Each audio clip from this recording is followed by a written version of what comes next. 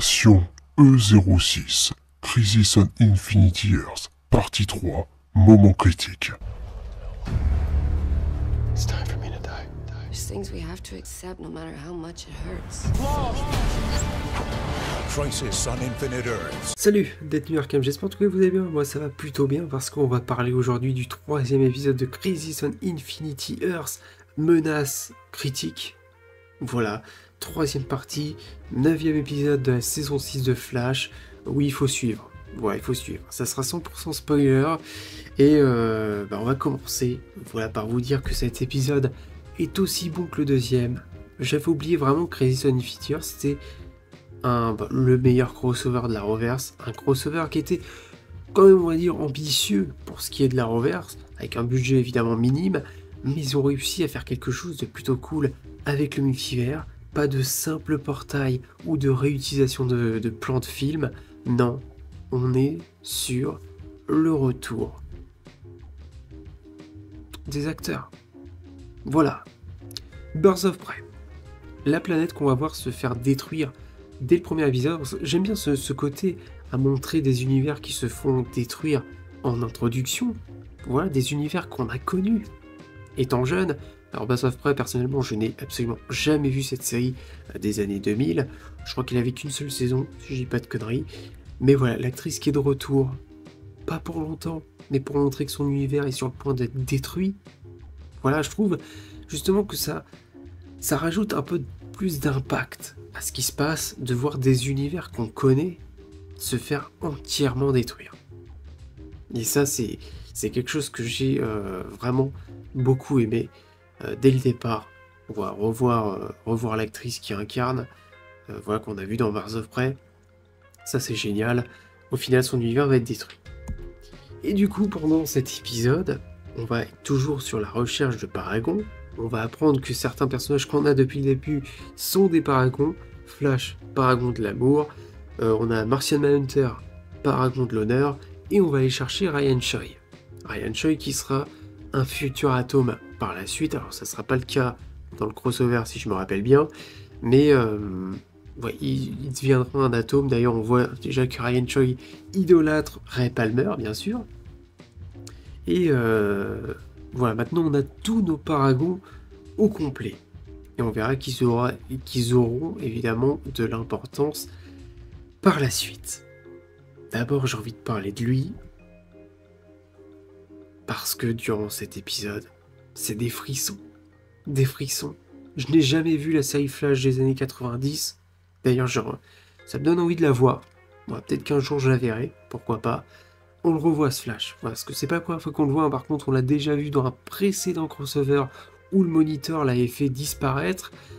Et il est arrivé en fait sur un tapis d'hyper vitesse. Et derrière en fait on a le canon d'antimatière. Voilà.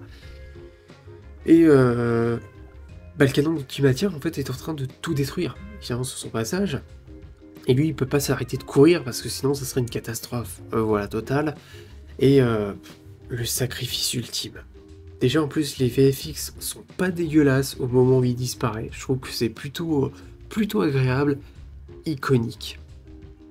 T'iconise le Flash des années 90, voilà, si t'as connu ce Flash là, je trouve que son sacrifice, en tout cas pour ma part, est sublime. La manière, donc déjà, il donne de l'espoir aux super-héros, et notamment parce que oui, Black Lightning est arrivé. Voilà, Black Lightning, si vous avez vu la série Black Lightning, il y a 4 saisons, je sais que je me suis arrêté à la 4e, j'en avais complètement marre, vraiment. Tobias Whale réutilisé je sais pas combien de fois dans la série, au bout d'un moment ça va.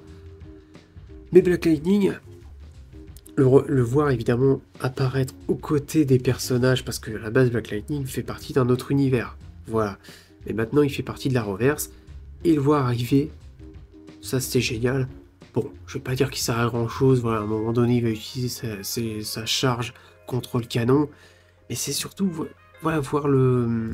Je me suis trompé d'image, voir le Flash des années 90 donner de l'espoir aux super-héros, voir qu'il a de l'expérience, enfin voir qu'il gère la situation, gars. Voilà, je veux dire, avec lui, t'as confiance. Et en plus, je pense, à mon avis, que c'est le thème de la série, parce que c'est vrai que ils ont bien réussi le fait qu'ils réutilisent des thèmes. Quand on a la Terre 89, on entend le thème de Danny Elfman, on entend le thème de John Williams, pour le Superman évidemment de Brandon Routh, et je pense à mon avis qu'on entend le thème de Flash, de ce Flash-là. Et on va réutiliser en plus une scène de la série, à un moment donné, une réplique que j'imagine mythique. D'ailleurs, c'est pas Iris, sa femme elle s'appelle Tida, je crois, un truc comme ça. Et c'est génial. Réutiliser des plans de cette façon-là. Enfin, je trouve que le multivers est tellement bien exploité. Enfin, ça, franchement, je pense que d'ailleurs, c'est une des meilleures adaptations qui a adapté, on va dire, le multivers de sa façon de faire. Oui, il y a eu Spider-Man No Way Home, c'était très cool, mais je trouve que moi, pour le film The Flash, comme je vous ai dit, c'est cette façon d'utiliser les portails, c'est pas quelque chose que je trouve fou. Et voilà, réutiliser des portails ou la CGI ou des trucs comme ça, non, là, les acteurs sont présents, les acteurs sont là, et ça, c'est une réussite. Le sacrifice est magnifique, le logo du Flash, quand il va se sacrifier, c'est le logo qui reste sur le tapis. Ouais, il y a de l'iconisation. De toute façon, il y a de l'iconisation de personnages, et c'est, je trouve, super bien réussi. Ensuite, on va parler un peu, évidemment, de l'anti-monitor, du monitor, de Paria et de Harbinger. Harbinger, donc, qui est de retour. Elle est revenue, mais elle est contrôlée par l'anti-monitor. Voilà. Et d'ailleurs, l'anti-monitor va tuer le monitor dans cet épisode. Et Paria, on va découvrir à quoi il va servir. À sauver nos paragons et les envoyer dans un espace, hors du temps et de l'espace. Voilà. Des paragons qui évidemment auront de l'utilité par la suite. On va du côté, pour finir, je crois que si j'ai fini, enfin on va parler vraiment de la toute fin aussi, quand même il y a un petit truc à dire, mais de la partie John Constantine, avec Mia Queen et John Eagle. Évidemment, c'est les mauvaises images, c'est celle-ci. C'est celle-ci. Comment vous dire? C'est un caméo à l'époque qui m'avait rendu complètement fou. Lucifer, Morningstar, est présent dans le crossover. Terre 666, évidemment, à nombre du diable, Lucifer. Alors, je trouve que la manière dont il est utilisé, voilà, il donne une carte à John pour dire, comme ça tu vas pouvoir aller au purgatoire pour aller récupérer la conscience de Oliver Queen et la ramener, parce qu'en fait Oliver Queen ils l'ont réanimé avec le puits de Lazare, mais on le sait, le puits de Lazare, quand quelqu'un est réanimé, il n'a pas toute sa tête. Voilà, il peut même être complètement dingue. Et ça va être le cas d'Oliver Queen. Et le truc, c'est qu'on va... voilà, Lucifer va donner une carte pour aller au purgatoire et récupérer donc la conscience, on va dire, d'Oliver Queen, où on va d'ailleurs croiser un personnage, le Spectre. Alors, je connais pas du tout ce perso, mais voilà, en plus, je me rappelais pas du tout de ce moment, avec ce personnage, le Spectre, qui débarque de nulle part, mais Lucifer. Tom Ellis, que vous dire? C'est un plaisir monumental de le voir. C'est du fanservice pur, mais qu'est-ce que ça fait du bien. Qu'est-ce que ça fait plaisir de se dire ils ont ramené des acteurs comme ça. Ce qui me fait rire, c'est que parfois il y a des fans de Lucifer que j'ai déjà croisés comme ça, des gens que je connaissais qui aimaient Lucifer, et souvent je leur disais, vous savez que Lucifer est apparu quelque part ailleurs, et ça ils savaient pas, parce que c'est vrai que tout le monde ne suit pas la reverse, et surtout pour arriver à Crisis, il faut quand même se taper 6 saisons de Flash, 6 ou 7 saisons d'Arrow, donc courage. Mais c'est vrai que Lucifer apparaît. Et Tom Ellis, je veux dire, Lucifer qui parle à John Constantine, moi je trouve que c'est fou. Évidemment on trouve le lien, parce que John Constantine à la base est un personnage d'ici Vertigo, et Lucifer c'est pareil. Donc c'est vrai que c'est quelque chose qui est cool, quelque chose qui est plaisant à voir, c'est des dialogues qui durent pas longtemps, mais qu'est-ce que c'est génial. Voilà. Alors à un moment, j'entends Lucifer qui dit que John Constantine a aidé à un moment donné avec... l'a aidé pour Maisie King. Alors, je sais pas ce qui... Je sais pas, on n'entend pas... Je crois pas qu'on fait mention dans la série Lucifer de qu'est-ce qu'a fait John Constantine pour Maisie King. En tout cas, ça me dit rien. Mais alors, c'est plaisant. C'est super. Voilà. Et ensuite, donc, on aura la toute fin. Donc, comme je vous ai dit, voilà, le moniteur qui meurt et nos paragons qui sont envoyés dans un espace... Enfin, un lieu hors du temps et de l'espace. Sauf que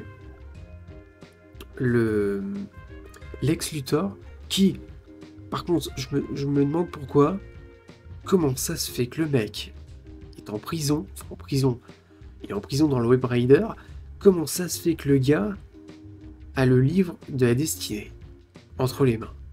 Pourquoi ils lui ont laissé le livre de la destinée? Soit j'ai pas suivi quelque chose, soit il y a un problème, vraiment. C'est vrai que c'est...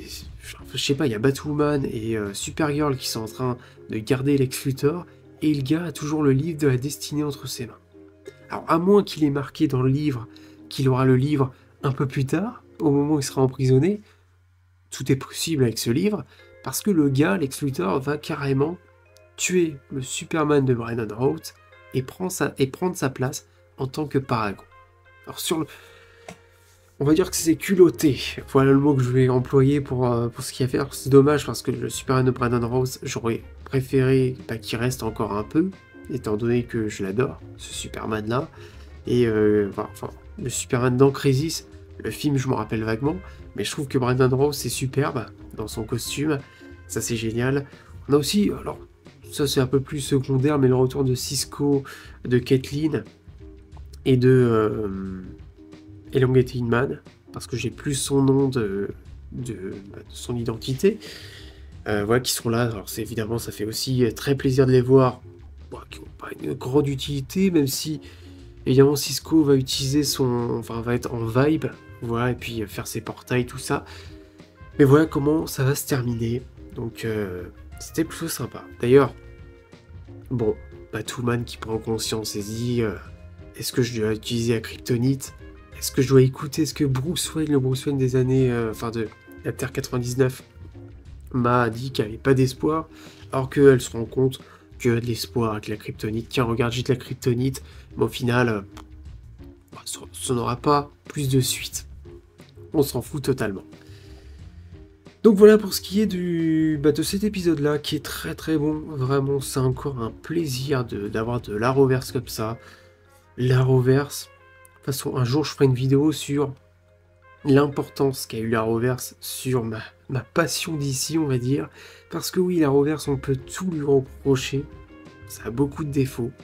On ne peut pas lui reprocher d'avoir développé, étendu un univers partagé, plus ou moins cohérent, mais qui essaye de faire de son mieux avec un budget qui n'est pas immense, mais qui a réussi à adapter en fait. Adapter même les plus grands arcs de comics, tels que Crisis on Infinity Earths, le Flashpoint par exemple, qui a essayé de le faire avec ce qu'il avait, mais il y avait une volonté de faire quelque chose. Voilà. Bref. Même si parfois j'aime bien tacler l'Arrowverse très souvent, ça c'est quelque chose où je prends du plaisir. Mais quand je revois ça, voilà, c'est cool, c'est sympa, c'est agréable à voir. En tout cas, évidemment, je vais aller me lancer l'épisode 4 et je vous en parlerai prochainement. Alors en principe, je vais peut-être mettre toutes les vidéos à la suite. Donc si cette vidéo sort maintenant, vous aurez le 4e épisode demain. Voilà. N'hésitez pas à commenter et à me dire ce que vous avez pensé de cet épisode 4. Cet épisode 3. Évidemment, je me suis planté. Et n'hésitez pas surtout, voilà, à liker cette vidéo, à vous abonner pour soutenir la chaîne. Et puis moi, je vous souhaite la bienvenue à Zid l'Arkham. Et salut.